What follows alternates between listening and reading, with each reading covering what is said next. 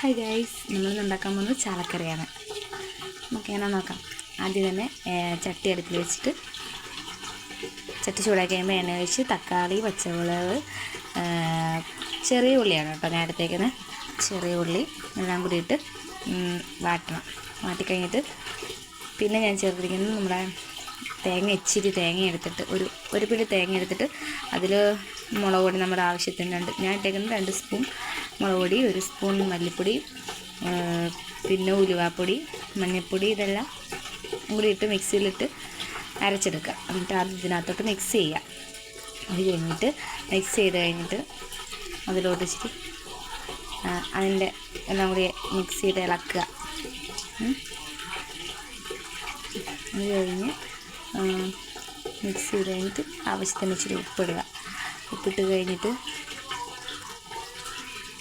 നമ്മളിച്ചിരി പുളിവെള്ളം ചേർക്കുക. ഒരു നെല്ലിക്ക വലിപ്പത്തിലുള്ള പുളിയാണ്. അത് പിഴിഞ്ഞ് ആ വെള്ളം ഒഴിച്ച് കഴിഞ്ഞിട്ട് പിഴുപുളിയാണ് ഞാൻ ചേർത്തിരിക്കുന്നത്. അത് ഇട്ട് ഇളക്കിയിട്ട് കുറച്ച് വെള്ളം ആവശ്യത്തിന് വെള്ളം വയ്ക്കുക. വെള്ളം വെച്ച് ഇളക്കിയിട്ട്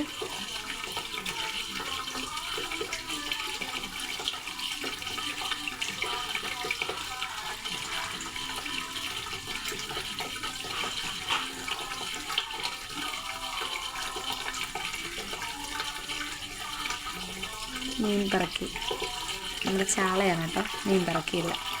മീൻ പറക്കിയിട്ട് കഴിഞ്ഞ് ഒന്ന് ഇളക്കി ഒരിച്ചിരി ഉപ്പും കൂടി ഇട്ട് നമ്മുടെ ആവശ്യത്തിനുള്ള ഉപ്പും കൂടി ചേർത്ത് ഇളക്കി വെച്ചിട്ട് അടച്ച് വെക്കുക.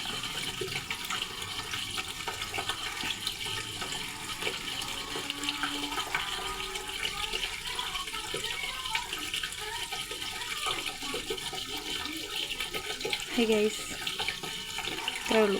ആദ്യമായിട്ടാണ് എന്തെങ്കിലും തെറ്റുണ്ടെങ്കിൽ ക്ഷമിക്കുക. ആദ്യമായിട്ടാണ് വീഡിയോ ഇങ്ങനെ എഡിറ്റ് ചെയ്ത് ഫോൺ വോയിസൊക്കെ കൊടുക്കും. എന്തെങ്കിലും മിസ്റ്റേക്ക് ഉണ്ടെങ്കിൽ എന്നോട് ക്ഷമിക്കണേ.